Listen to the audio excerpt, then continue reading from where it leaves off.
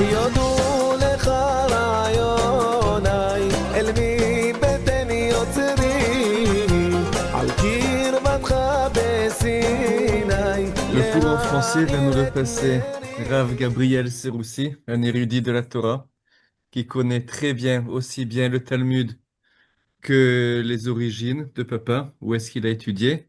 Il va maintenant nous enseigner une préface, Préface, une ouais. préface sur les Avram. Alors, je te laisse, Gabriel. Merci. Tu vas passer le cours. Merci, Rav Gabriel. Merci beaucoup. Bonsoir à tous.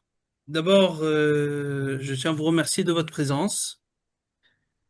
Je m'appelle Gabriel Seroussi. Je suis d'origine de Gabès, comme le Rav lui-même l'était. Je tiens à préciser que je n'ai pas eu le mérite d'étudier chez Rabbi Abraham Mimoun. Je n'ai pas eu cette chance-là. J'ai appris à la Rose et comme tout Marseillais, un des fils de Marseille, je suis lié au Rav Mimoun. Pour nous, le Rav, c'était toujours celui qu'on va demander la bracha quand il passe, celui qu'on lui pose une question ou deux quand il passe, ou quand on a des problèmes, on va le chercher. Mais je veux que les gens ils sachent, je n'ai pas eu ce mérite. Moi, je ne parle pas en tant qu'élève du Rav, je n'ai pas eu ce mérite-là, bien que je l'ai connu un petit peu. Le cours, avant de commencer le cours, en fait, sur l'Ève Avraham, je voulais faire un cours d'abord d'initiation pour comprendre le monde dans lequel a évolué Rabbi Avraham et comprendre enseigner en fait, faire comprendre aux gens la manière d'étudier de Rabbi Avraham. Comment il fait ça? Alors, je précise que en fait, si vous m'entendez l'appeler Rabbi Avraham et pas, je sais qu'à Marseille on a l'habitude de l'appeler Rav Mimoun. C'est pas Chas Shalom par manque de respect, c'est juste que chez les Gabésiens, hein, Mimoun, c'est une très grande famille et chaque famille avait son propre surnom. Rien que pour vous donner des exemples, rien que chez les Mimoun, on a Louafi Mimoun, Dar Louafi, ça veut dire le clan Louafi des Mimoun. On a Hayuma, on a Bouchoucha, on a El Kayed, on a Lahsan, on a Kabao. Kabao, c'est la courge. On- chaque clan, chaque famille, plus ou moins, avait son surnom, tout simplement pour la distinguer des autres branches de cette même famille. Il y avait plusieurs branches et chaque branche avait son propre surnom. Donc, par exemple, Rabbi Avraham, lui, il appartenait à la branche des Mimoun qui s'appelle Laham. Laham Mimoun, Dar Laham, le clan de Laham. Bref, donc la coutume chez nous, elle était on a pour habitude d'appeler les Chachamim non pas par leur nom de famille qui est Mimoun parce qu'il y en a plein, mais plus par leur prénom, Rabbi Avraham. Donc c'est juste une habitude. Bon, alors on va rentrer dans le sujet. Qu'est-ce que la Gemara? C'est quoi la Gemara? Quand Dieu il a donné la Torah, hein, à Moïse sur le mont Sinaï, alors il a donné la Torah écrite qu'on connaît, c'est-à-dire, bon, c'est une marloquette entre Ibn Ezra et Rashi et Choulé, mais bon, on va dire que tout a été donné en même temps, selon l'opinion de ceux qui disent que tout a été donné en même temps et pas pendant 40 ans. En tout cas, quand elle a été donnée, la Torah, elle a été donnée, donc, Bereshit, la Genèse, comment on dit ça, Shemot, les noms, le Lévitique, etc. Tout cela, c'est le Chumash. Ça a été donné à Moshe Rabbeinu et au peuple d'Israël. Quand ça a été donné, Dieu a donné ce qui s'appelle aussi la Torah orale. La Torah orale, c'est le mode d'emploi, comment pratiquer la Torah écrite. De la même manière que quand tu commandes une machine à laver ou un lave-vaisselle, alors on te donne le mode d'emploi. Eh bien, ou même quand tu prends un médicament, le docteur, il t'écrit le mode d'emploi, comment, 3 fois par jour, telle quantité, pas plus, le matin, après manger ou pas. Donc, de la même manière, Dieu, il a donné, avec la Torah orale, avec la Torah écrite, pardon, il a donné une Torah orale, c'est-à-dire le mode d'emploi. Le mode d'emploi. Je donne quelques exemples. C'est marqué au Bayom Hashemini Yimol Besar Orlato. Le huitième jour, il circoncira Besar Orlato, la chair de sa orla. Orla, en français, c'est de son excroissance. Le huitième jour, donc Kol Zachar, chaque mâle d'Israël a le devoir au huitième jour de circoncire l'excroissance, son excroissance. D'accord? La chair de son excroissance. Question, c'est quoi l'excroissance dont on parle? C'est marqué nulle part dans la Torah. C'est quoi l'excroissance? Ni dans la Torah, ni dans les prophètes, nulle part. Le seul endroit où, oui, il y a une allusion, c'est marqué enlevez l'excroissance de votre cœur. Donc, c'est quoi l'excroissance? Donc, c'est le cœur. Donc, de là, je peux en déduire qu'en fait, la Brit Mila, c'est quoi? C'est il faut faire une opération à cœur ouvert à un bébé qui vient d'avoir 8 jours pour lui enlever un petit morceau du cœur. Oui, c'est ridicule, mais c'est ça. Il y a nulle part où c'est marqué que la circoncision, ça se fait là où on fait la Brit Mila. Encore un autre exemple, les téphilines. C'est marqué que les téphilines, ils doivent être sur ta tête tout le temps, ils doivent être sur ton bras en souvenir, etc. Mais c'est quoi des téphilines?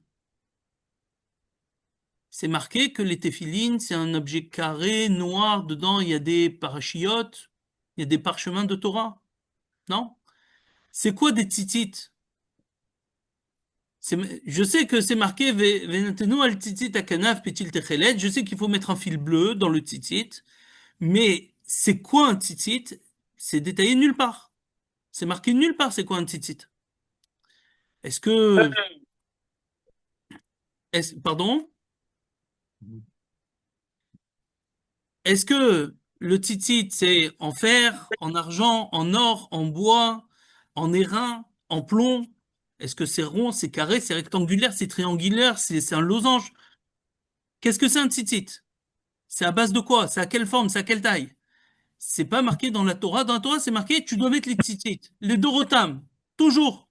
Je te dis d'accord, moi je veux mettre les tzitzit. Je veux, d'accord, j'accepte. Mais c'est quoi? C'est marqué nulle part, c'est quoi un tzitzit?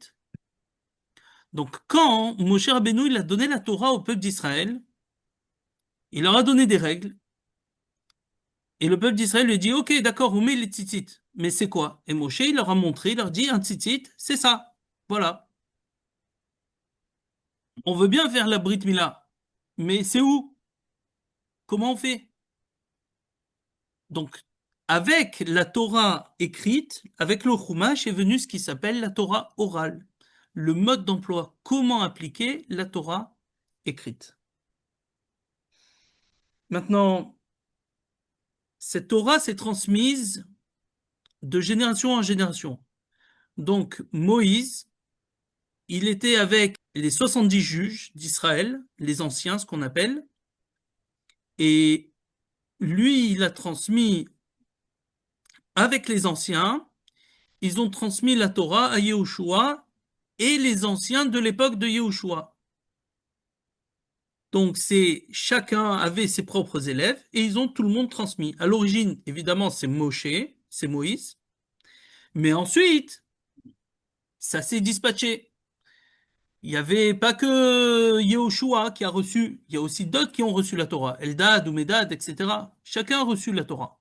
Tout le peuple d'Israël a reçu la Torah. Et tous ces gens-là ont enseigné la Torah à leurs enfants et à leurs élèves.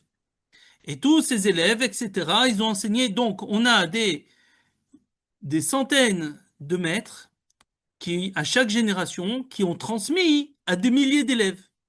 Et ensuite, on a des milliers d'élèves qui ont transmis à des dizaines de milliers d'élèves, etc. C'est ce qui a marqué dans les Maximes des Pères, dans Pirkei Avot. Moshe a reçu la Torah de Dieu au Sinaï. Il l'a transmise à Yehoshua. Rambam, il explique dans sa préface sur Mishneh Torah que c'est pas uniquement Yehoshua. C'est Yehoshua Et tous les anciens, les 70 anciens, et chacun, il avait des élèves. Yehoshua, il a transmis aux Ekenim, aux anciens, c'est-à-dire à l'époque des Shoftim, à l'époque des juges. Ensuite, eux, ils ont transmis aux prophètes.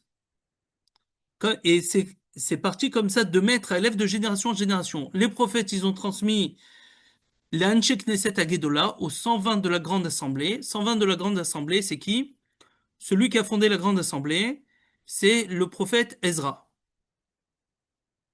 Au tout début, juste un peu avant, en fait, la construction du deuxième Beth Amikdash. Donc, c'est le prophète Ezra. Ensuite, le prophète Ezra, il a fait 120 membres dans cette assemblée. 120 personnes qui étaient parmi l'élite du peuple d'Israël, l'élite du peuple juif. Parmi ces 120 membres, on compte évidemment Ezra, ensuite le prophète Néhémia, Malachi, Daniel, Hanania, Michaël, Azaria.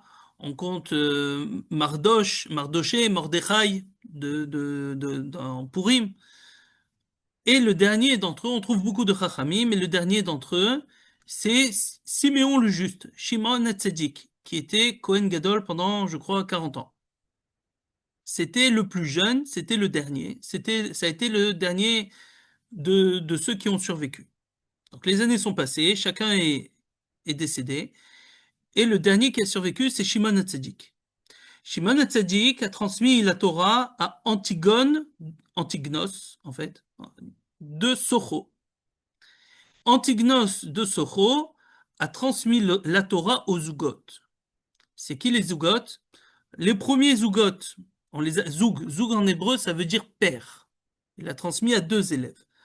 Les 2 élèves, c'est Yossé, fils de Yoézer de Tsereda, de la ville de Tsereda, et Yossé, fils de Yochanan, de la ville de Jérusalem. Donc tous les deux, un, il était le Nassi, le président du Sanhédrin, de la Cour suprême. Donc les anciens, de la Cour suprême, les anciens, ça s'appelle Sanhédrin ensuite. Donc le premier, c'était le Nassi, le président de la Cour suprême. Le deuxième, c'est le Av Beddin, le chef. Donc il y a en première position le président. En dessous, on a, on va dire, l'équivalent du premier ministre. Yossé, fils de Yoézer, et Yossé, fils de Yochanan. Ça continue comme ça. Yehuda ben Tabai et Shimon ben Shatar, etc., etc., jusqu'à la génération de Shemaya et Aftalion, qui ont eu comme élèves deux maîtres très connus, Hillel et Shammai. Hillel et Shammai sont la dernière génération des Zougotes, des pères. Après eux, commence la génération des Tanaïm.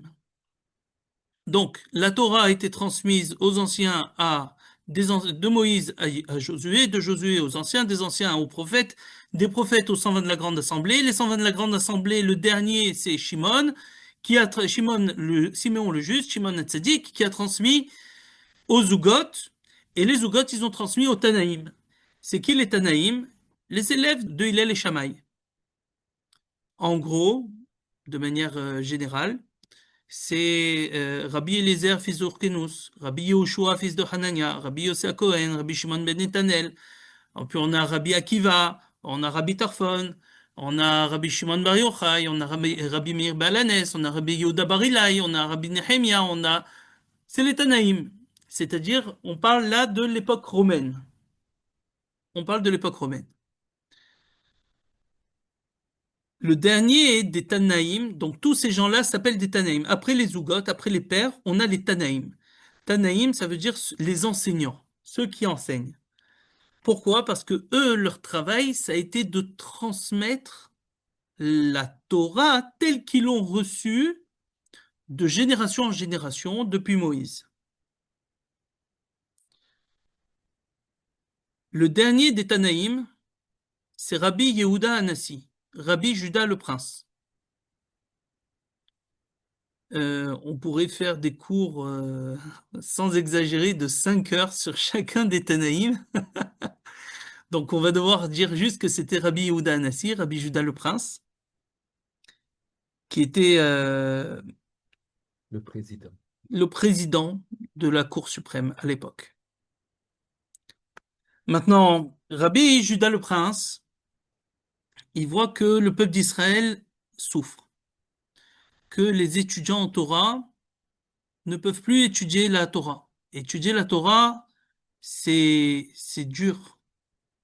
Pour celui qui veut atteindre un niveau élevé, c'est très difficile. Ça demande de pouvoir s'y consacrer totalement. On ne peut pas faire moitié-moitié. C'est pas possible.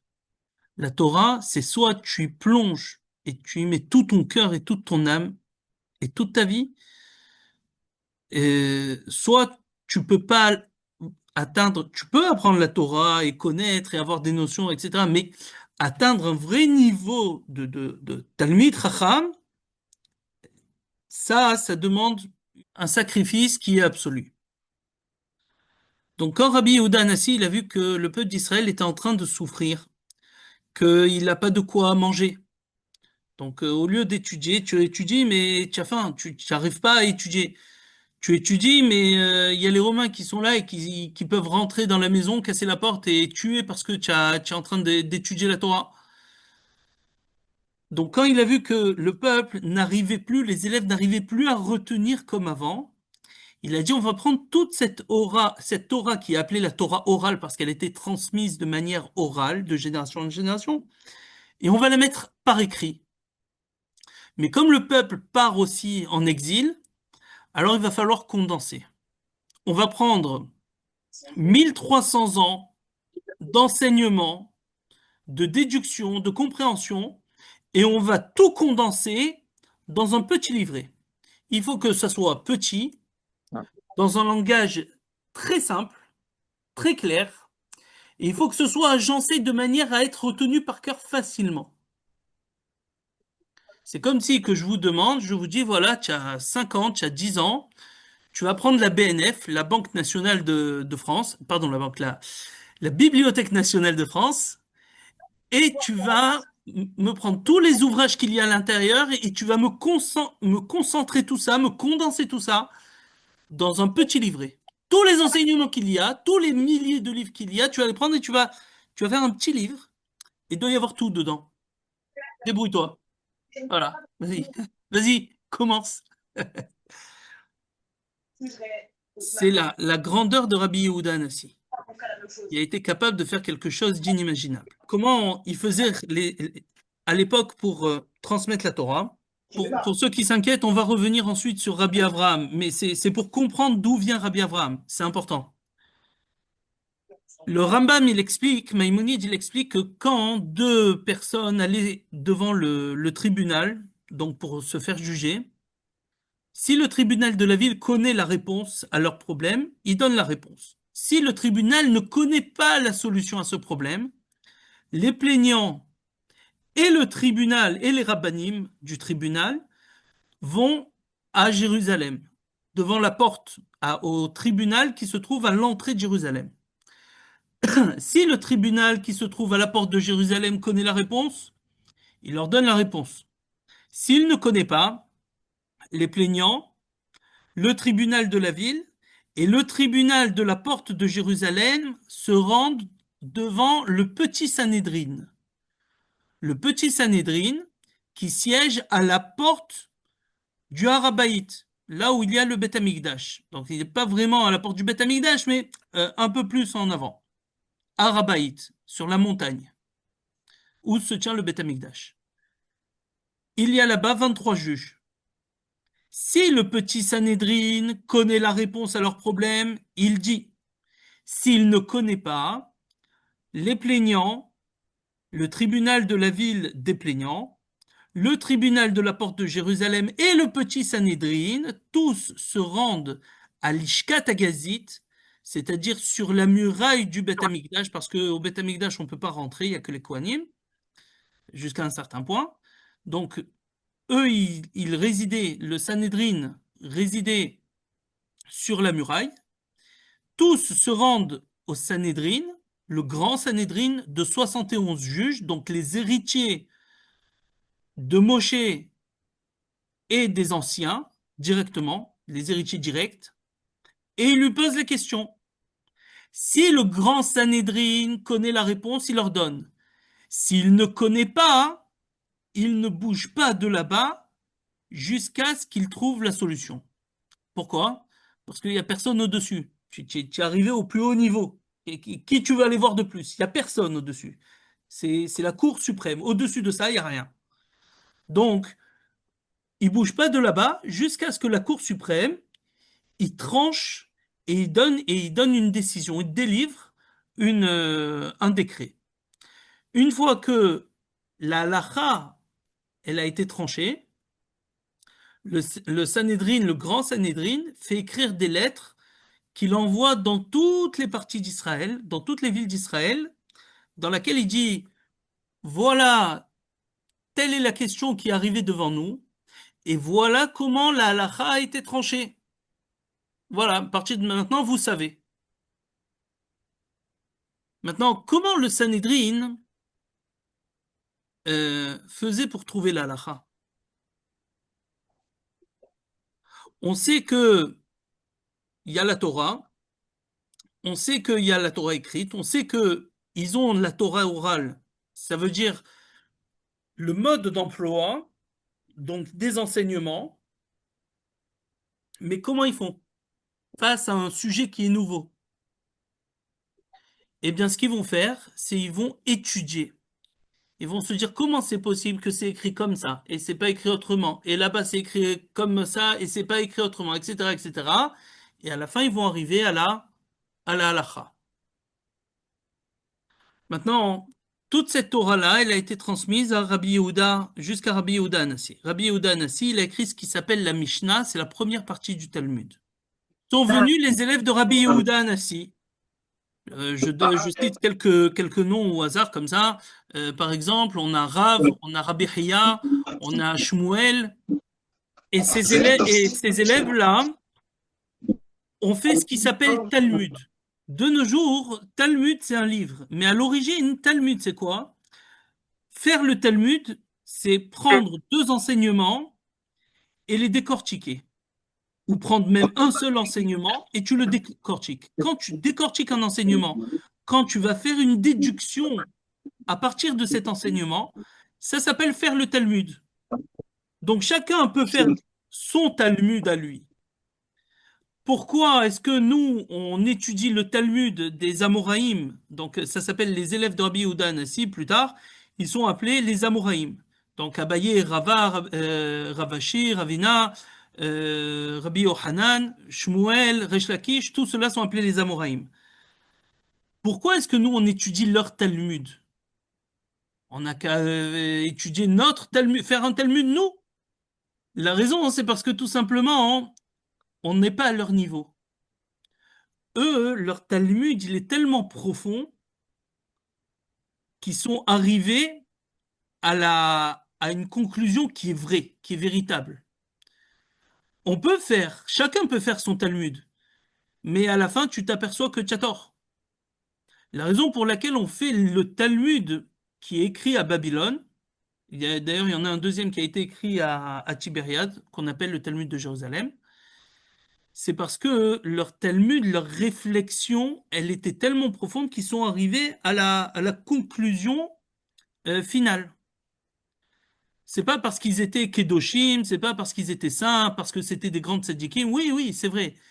Mais la raison pour laquelle on les étudie, c'est parce que tout simplement, c'était des personnes qui ont raison. La logique est avec eux. La loi est avec eux.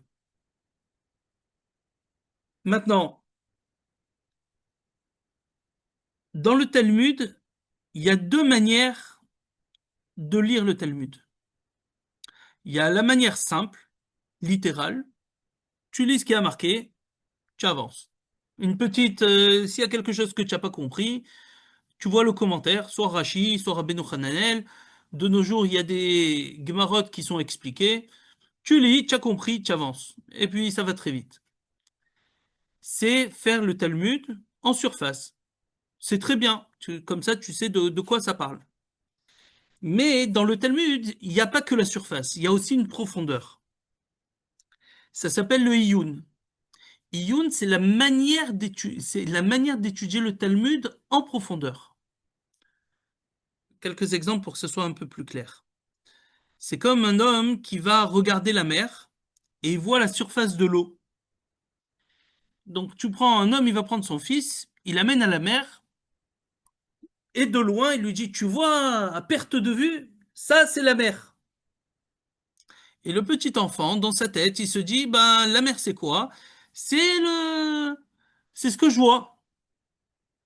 Il n'imagine pas, hein, l'enfant de 5 ans, que sous la couche superficielle d'eau qu'il voit, qu'il y a un monde entier. Il y a un monde. Il y a des êtres vivants euh, par milliards de milliards. Qu'il y a des poissons, il y a des requins, il y a des baleines immenses, il y a des grottes, il y a des montagnes, il y a des corails. Il y a un monde. Un monde. Il y a des volcans. Il n'imagine pas. Lui, ce qu'il voit, c'est quoi? Une étendue d'eau. Elle fait 5 kilomètres de profondeur, elle fait 10 centimètres d'épaisseur. Pour lui, c'est pareil. Lui, il voit que la surface.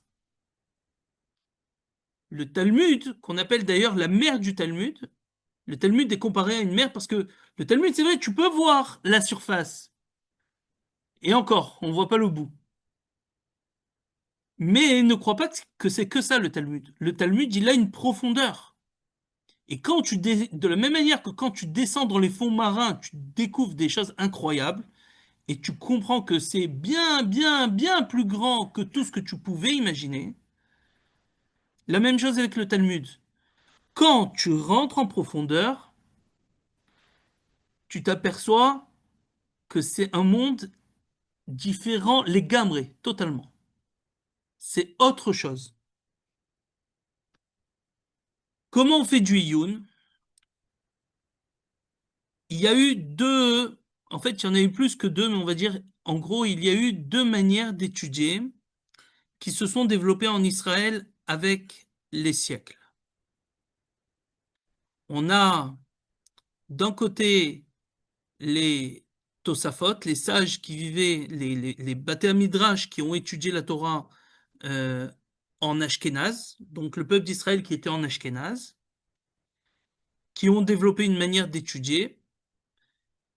Et on a les sages qui vivaient en Afrique du Nord et en Séfarade, qui ont développé une autre manière d'étudier. Les sages ashkénazes, comme par exemple les Baalei Tosafot, donc Rabbeinu Tam, ou Sefer HaTrouma, ou le Manhig, etc., ou Ria Zaken, Rabbi Yitzhak Zaken, etc., ils ont développé une manière d'étudier qui est différente que celle qui était utilisée en Afrique du Nord. Pourquoi? À l'époque du Moyen Âge, il y avait la guerre entre l'islam et la chrétienté, et le christianisme. Il y avait la guerre entre les peuples islamiques et les peuples chrétiens.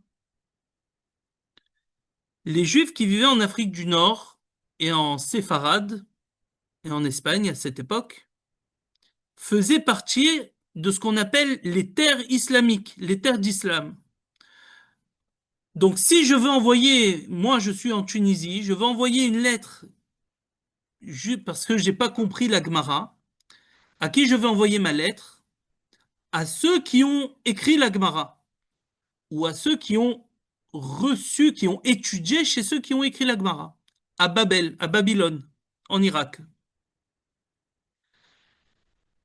Donc j'envoie ma lettre, elle prend 1 an pour arriver, 1 an pour revenir, et les sages de Babylone, là où le Talmud a été rédigé, ils ne répondent aux lettres que 2 fois par an.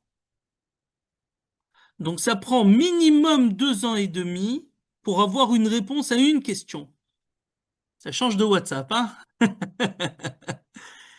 Tu poses une question pour avoir la réponse minimum 2 ans et demi.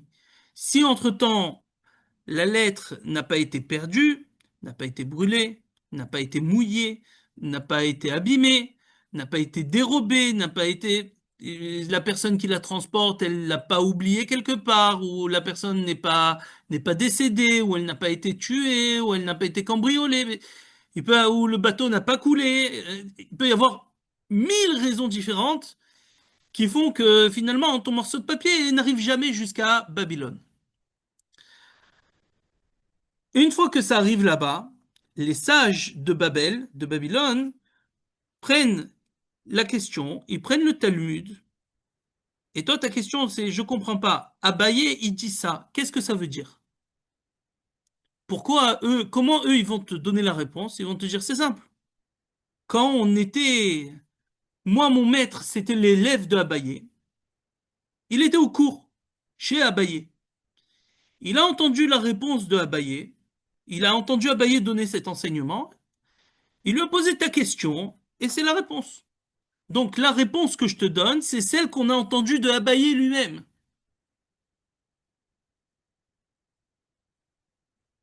Donc, c'est sûr que c'est la bonne. De cette même manière, quand on voit les réponses de Maïmonide, des fois il y a les sages de Lunel en France, en Provence, la ville de Lunel, il y avait beaucoup de sages à l'époque. Ils ont posé beaucoup de questions à Maïmonide. Et Maïmonide, quand il répond, il va pas essayer, alors des fois oui il le fait, mais de manière générale, il va pas essayer à chercher, expliquer, pourtant ici c'est marqué comme ça, et là c'est marqué comme ça, donc on en déduit ça, non, pas du tout. Chez Maïmonide, c'est très rapide, très vite. Et ce n'est pas comme vous avez compris, c'est normal que vous avez une difficulté, parce que c'est pas comme ça qu'il faut comprendre la Gemara, il faut la comprendre comme ça, c'est tout. Fin, shalom à l'Israël, ça y est, terminé. Comment ça? D'où tu sais que tu as raison? Ben, c'est simple.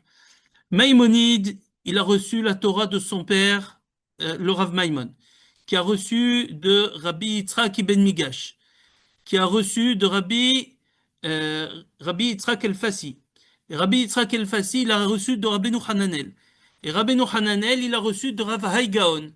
Et Rav Hai Gaon, c'était le dernier des Géonim. Il a reçu des Géonim, et les Géonim, ils ont reçu des Amoraïm. Donc, tout ça, c'est juste une transmission. C'est de la mémoire. Transmission par cœur. Donc, Rambam, des fois, il se fatigue même pas. C'est pas comme ça qu'il faut comprendre la Gemara, c'est autrement, c'est tout. Allez, shalom. Chez les sages qui vivaient en Ashkénaze, c'était différent, c'était totalement différent. Parce que j'ai expliqué qu'il y avait la guerre entre les sages, entre l'islam, entre les musulmans et les chrétiens. Donc, pour faire parvenir une lettre, une question et recevoir une réponse, parce que tout ce qu'on a parlé, c'est pour envoyer la question, mais tous les problèmes qui peuvent arriver quand tu envoies la question, ils peuvent aussi arriver quand tu reçois la réponse. Ça peut être perdu, ça peut être brûlé, ça peut être mouillé, ça peut disparaître, ça peut être volé, etc. Donc, pour envoyer des terres chrétiennes pour que ça passe la frontière, c'est très très dur, pas impossible, parce qu'il y a beaucoup de réponses qui sont arrivées jusqu'en terre chrétienne, mais infiniment plus difficile. Les sages ashkénazes ont dû se retrouver face à un problème, face à un dilemme. C'est quoi leur problème?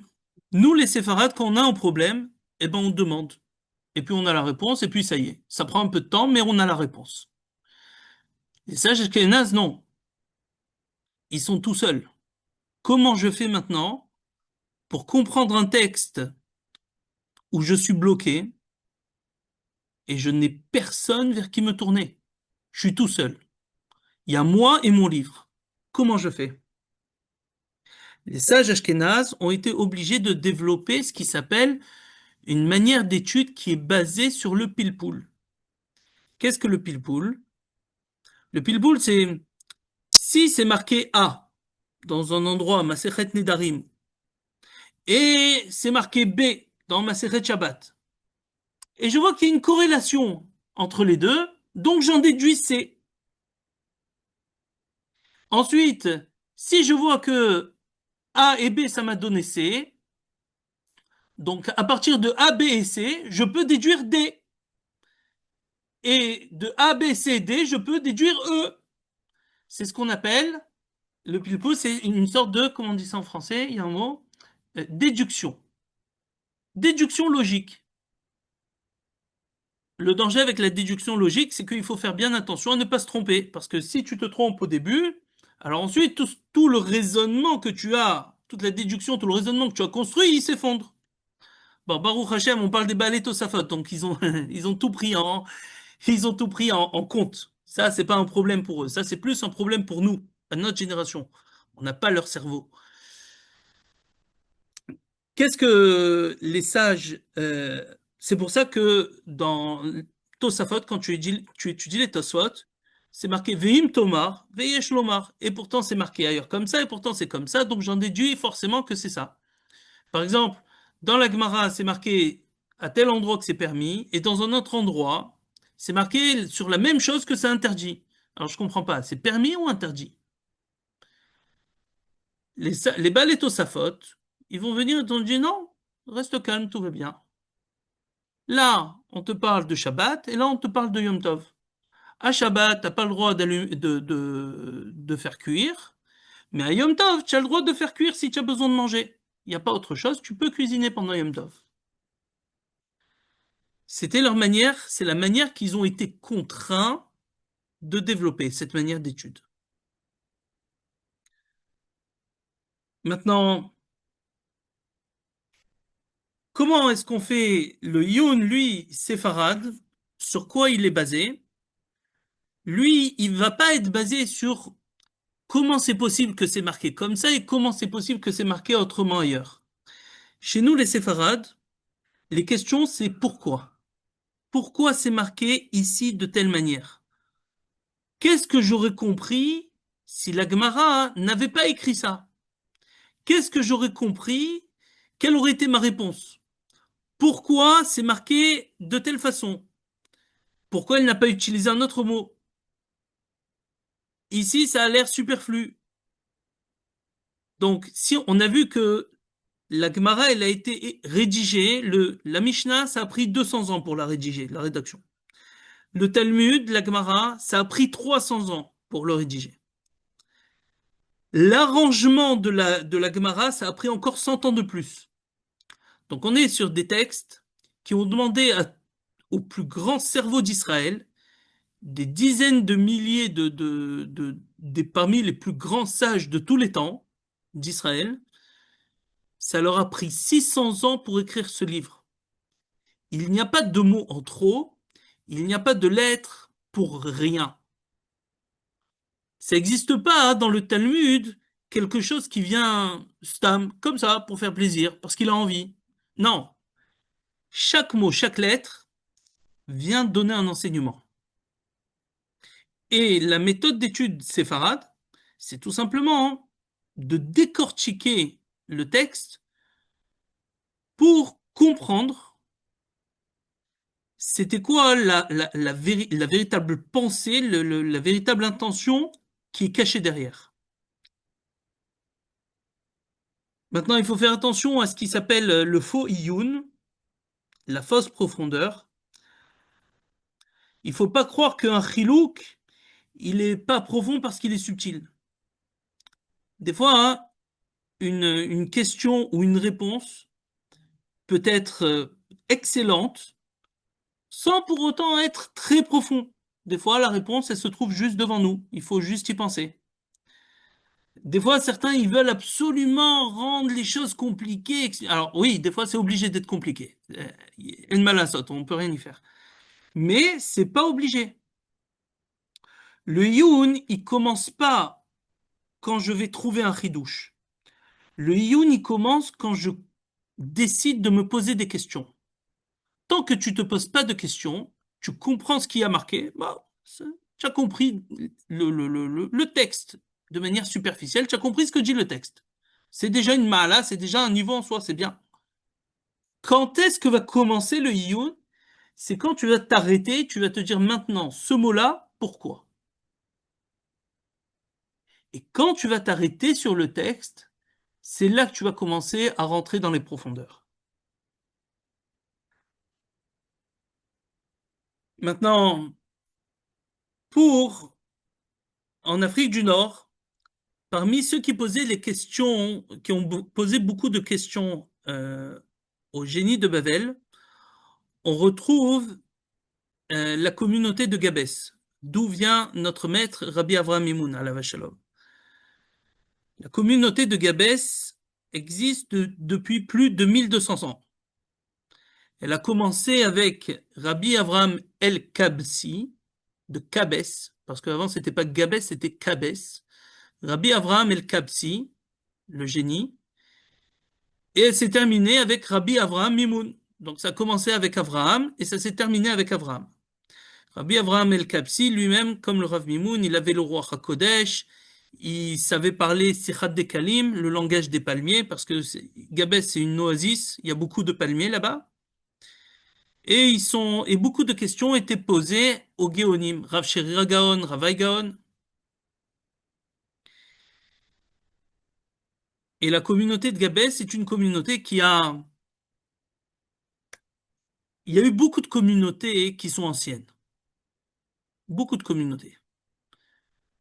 Mais une des seules communautés de cette époque-là qui n'a pas été détruite et qui était en lien direct et très ténu avec les Géonim de Babel, personnellement, j'en connais pas d'autres. Peut-être qu'il y en a eu d'autres, je sais pas. Mais moi, personnellement, je sais que je ne connais que elle. Donc, les coutumes de Gabès et la manière de penser, la manière de vivre, etc., c'est une Torah qui est très, très ancienne, très vieille.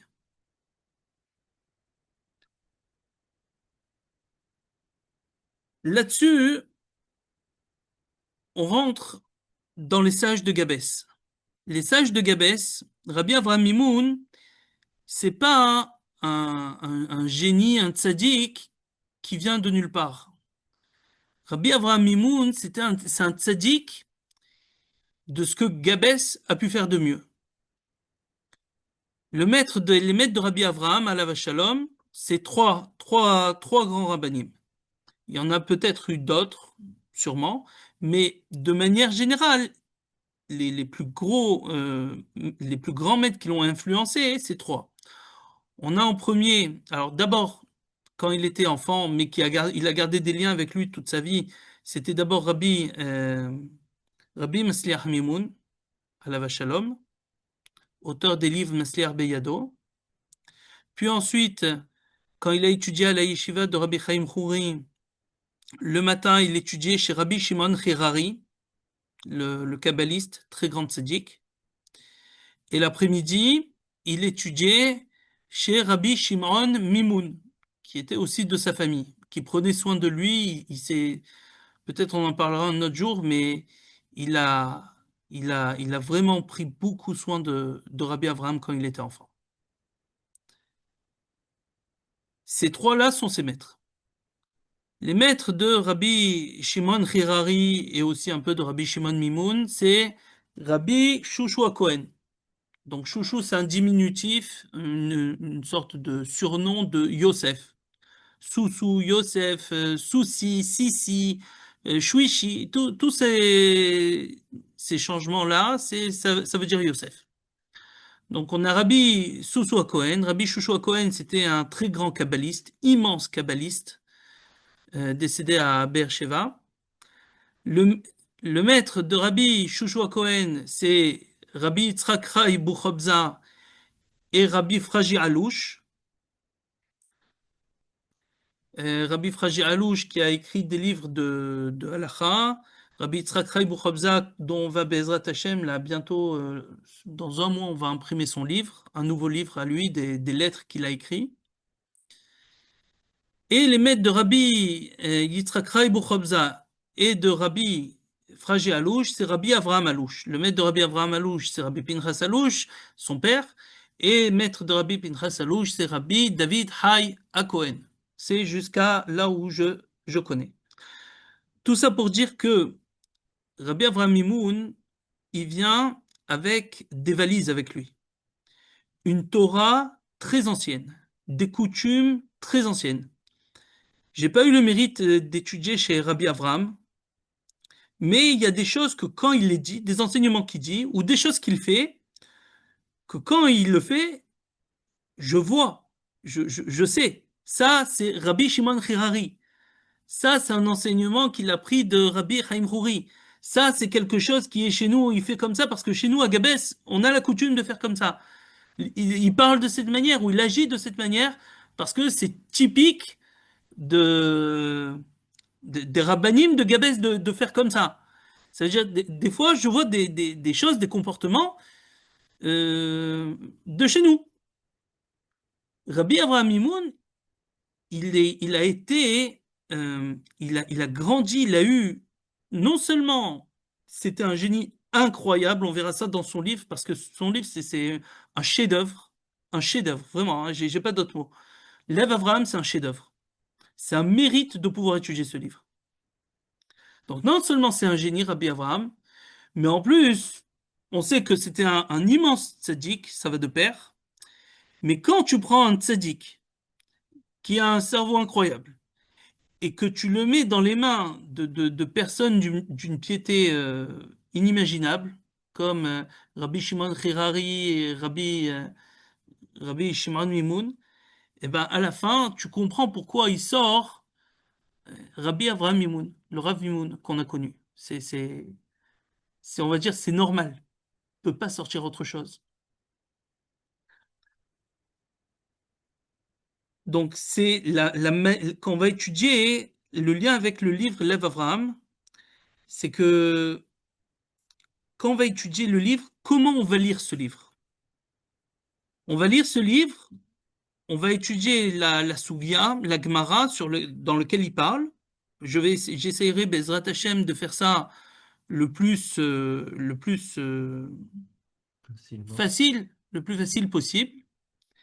Et Bezrat Hashem, ça le saura, avec de très beaux enseignements. La vérité, sont magnifiques les enseignements. On va voir, quand Rabbi Avraham il nous donne un enseignement, on doit se demander plusieurs choses. D'abord, est-ce que j'ai compris ce qu'il dit, Rabbi Avraham? Est-ce que c'est clair? Deuxième chose, qu'est-ce qu'il a vu que moi j'ai pas vu?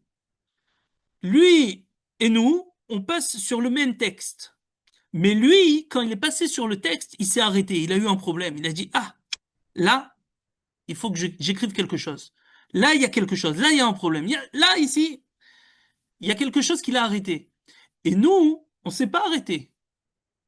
Donc nous, notre travail, ça va être de se dire, c'était quoi le problème qui a fait que Rabbi Avraham, il a jugé nécessaire ici de s'arrêter et de commenter. Pourquoi il a commenté? Qu'est-ce qui l'a dérangé? Qu'est-ce que moi j'aurais répondu? Est-ce que moi, si j'avais été à sa place, j'aurais donné la même raison, la même réponse? J'aurais fait le même commentaire? Si oui, alors Baruch Hashem, on a mérité de Zachinu les Chaven, les Da'at Gdolim. On a eu le mérite de penser comme un Gadol. Et sinon, alors pourquoi? Pourquoi moi je comprends autrement que lui? Elle est où mon erreur? Où est-ce que je me trompe? Le but du cours ne va pas être d'apprendre uniquement les chidushim de Rabbi Avraham, ce qui a marqué le texte en surface, mais ça va être d'apprendre progressivement à voir la Souya avec les yeux avec lesquels il a regardé. C'est-à-dire que quand on va apprendre à voir la Souya comme lui la voyait, à voir à travers ses yeux, à comprendre comme lui la comprenait, à réfléchir comme lui réfléchissait, à faire comme lui faisait. La raison pour laquelle on fait tout ça, et ce qui est très important, c'est que de nos jours en Israël, 99% des yeshivot, peut-être même plus, c'est des yeshivot avec la manière d'étudier Ashkenaz. Grâce à Dieu, que Dieu les bénisse tous, nos frères Ashkenaz ont transmis leur Torah. Ils ont créé beaucoup de yeshivot. Maintenant, eux, quand ils vont enseigner la Torah, ils vont enseigner la Torah de la manière dont ils l'ont reçue. C'est normal. Donc, comme les Baalei Tosafot, avec du pilpoul, avec Shitat Achilukim, etc. Mais nous, les séfarades d'Afrique du Nord, notre manière d'étudier, qui n'est pas ni meilleure ni moins bien, elle est juste différente, ben, elle commence à se perdre, elle commence à s'oublier. Les seuls endroits qui continuent à transmettre cette manière d'étudier la Gemara, c'est Kisser Rachamim et tout ce qui est lié à Kisser Rachamim. Il y a la Gigi aussi à Paris, il y a la Yeshiva à Djerba, et sinon il n'y a pas grand-chose. Oui, il y a l'Evav Chochma, une Yeshiva à Jérusalem, un élève du Rav Ben Zion Abba Shaul. Mais avant, le Rav Ovadia Yosef, le Rav Ben Zion Abba Shaul, le Rav Mordechai Eliaou, tous les grands en Torah, tous nos rabbanim, jusqu'à il y a 50 ans, 60 ans, ils étudiaient, les rabbanim séfarades, je parle, ils étudiaient que de cette manière. Et de nos jours, eh bien, de nos jours, à part Kisser Hamim et quelques yeshivas ici et là, ah, il y a le Rav aussi à Ashkelon, il y en a une, Yitzhak Yeranen. Voilà, c'est tout. Donc nous, ça va être de transmettre aussi, parce que c'est aussi notre responsabilité de ne pas laisser disparaître une méthode que nos maîtres nous ont transmise, de voir ce que Rabbi Avraham, il a vu, et d'ailleurs, entre guillemets, j'ai terminé, c'est que Rabbi Avraham, alav shalom, quand il est venu en Israël, il est parti pendant 6 mois à la yeshiva, c'est ce que j'ai entendu, donc je l'ai pas vu, mais c'est ce que j'ai entendu. Il est parti pendant 6 mois à la yeshiva de Porat Yosef, et ensuite 6 mois à la yeshiva de Ponovitch. Pourquoi? Parce qu'à Porat Yosef, ils enseignent le Iyun Sfaradi. Ah, pourquoi il va là-bas? Il a déjà appris le Iyun Sfaradi à Gabès.